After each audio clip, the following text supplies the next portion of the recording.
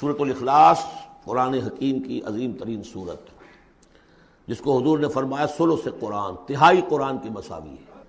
توحید باری تعالیٰ پر جامع ترین سورت، مختصر ترین اور جامع ترین۔ قل هو اللہ احد، کہہ دیجئے وہ اللہ ایک ہے، نہیں تنہا ہے۔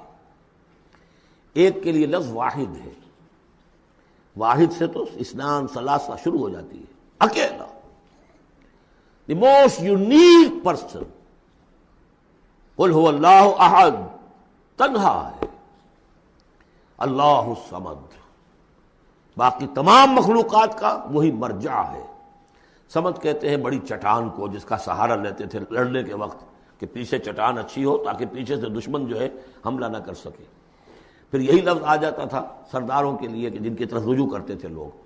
تو یہ کہ اصل میں اللہ تو ہے خود بخود قائم ہے، اپنے بل پر قائم ہے، کسی نے بنایا نہیں اسے، اس کی حیات مستعار نہیں ہے، اس کی حیات اپنی، اس کا علم اپنا۔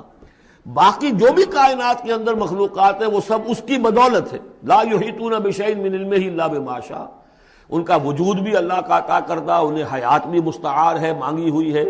عمر دراز مانگ کے لائے تھے 4 دن، اور وہ مانگی ہوئی زندگی ہے، جب چاہے گا لے لے گا ہم سے، ہماری زندگی اپنی تو نہیں ہے۔ لیکن یہ کہ باقی تمام مخلوقات کو تھامے ہوئے ہے، اور یہ وہی ربط و تعلق ہے جو میں نے آپ کو بتایا تھا اسم اعظم، جو الحی القیوم، خود زندہ اور باقی سب کو تھامے ہوئے۔ کل کائنات اس کی توجہ کی وجہ سے قائم ہے۔ لم یلد ولم یولد، نہ اس نے جنا اور نہ وہ جنا گیا، نہ اس کے کوئی ماں باپ، نہ اس کی کوئی اولاد، نہ اس کی کوئی جورو اور بیوی۔ متخذ صاحبۃ ولا ولدا، یہ ہم پڑھ چکے ہیں قرآن۔ اس اعتبار سے نفی ہو گئی کہ کچھ لوگوں نے اس کے لیے بیٹیاں تجویز کر دی، فرشتوں کو خدا کی بیٹیاں بنا دیا۔ کچھ لوگوں نے جو ہے اس کے لیے بیٹے بنا دیے، حضرت مسیح کو بنا دیا، اور حضرت عزیر علیہ السلام کو بنا دیا یہودیوں نے سب نے نہیں، کچھ ان کی فرقوں نے وغیرہ وغیرہ۔ لیکن یہ کہ اس کا معاملہ یونیک ہے، نہ اس نے کسی کو جنا، نہ وہ کسی سے جنا گیا۔